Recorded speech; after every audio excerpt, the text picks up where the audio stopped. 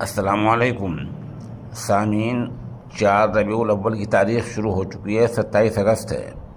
خبر کا عنوان ہے مجلس دعوت الحق دہلی کے کارہائے نمایاں کی ایک جھلک۔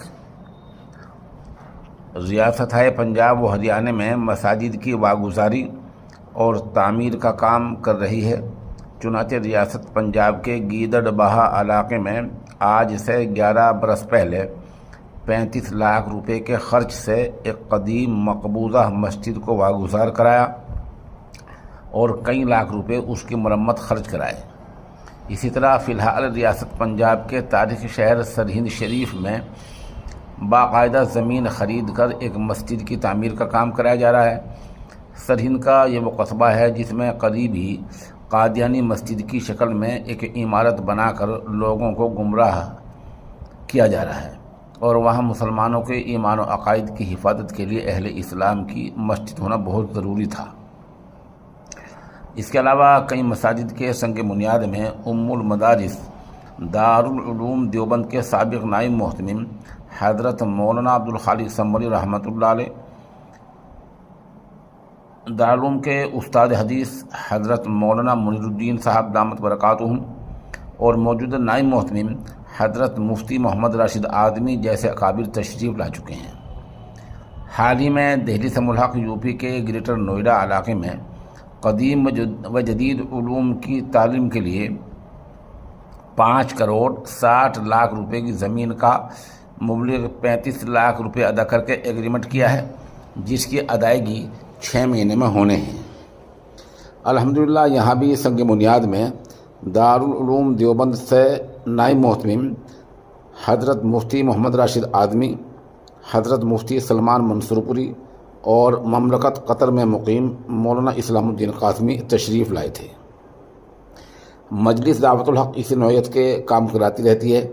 مجلس دعوت الحق کے زیر انتظام ایک مدرسہ دارالعلوم دہلی میں بھی عرصے سے جاری ہے، لیکن جگہ تنگ ہونے کی وجہ سے فی الحال صرف حفظ و ناظرہ اور پرائمری درجات کی تعلیم دی جا رہی ہے۔ اللہ تعالیٰ مجلس کے کاموں میں خیر و برکت عنایت فرمائے، عطا فرمائے۔ اب تھوڑا یہ عرض کر دوں کہ مجلس کے صدر کون ہیں، چیئرمین کون ہیں۔ اس مجلس دعوت الحق کے چیئرمین ہیں حضرت مولانا عبدالستار سلام قاسمی۔ سوال یہ ہے کہ مولانا عبدالستار سلام قاسمی کون ہیں؟ آپ سنبھل کے رہنے والے ہیں۔ آپ نے سند فضیلت ام المدارس سے دارالعلوم دیوبند سے حاصل کی ہے۔ فی الحال دہلی میں اوکھلا میں رہائش پذیر ہیں۔ مولانا عبدالستار سلام قاسمی نامور عالم دین ہیں، مفسر قرآن ہیں۔ ان کی علمیت کا اندازہ اسی بات سے لگایا جا سکتا ہے کہ دارالعلوم دیوبند کے ایک بڑے استاد حضرت مولانا وحید الزماں رحمۃ اللہ علیہ کی مشہور کتاب ہے القاموس الجدید اردو عربی ڈکشنری۔ اس کتاب کے شروع میں کتاب کے مصنف یعنی مولانا وحید الزماں صاحب نے جو شروع میں لکھا ہے، اس میں لکھا ہے کہ کتاب جب تیار ہو رہی تھی تو مولوی عبدالستار سلام قاسمی نے کتابت شدہ مضمون میں تصحیح و تنقیح اور مراجعات کے لیے قابل قدر کام کیا ہے۔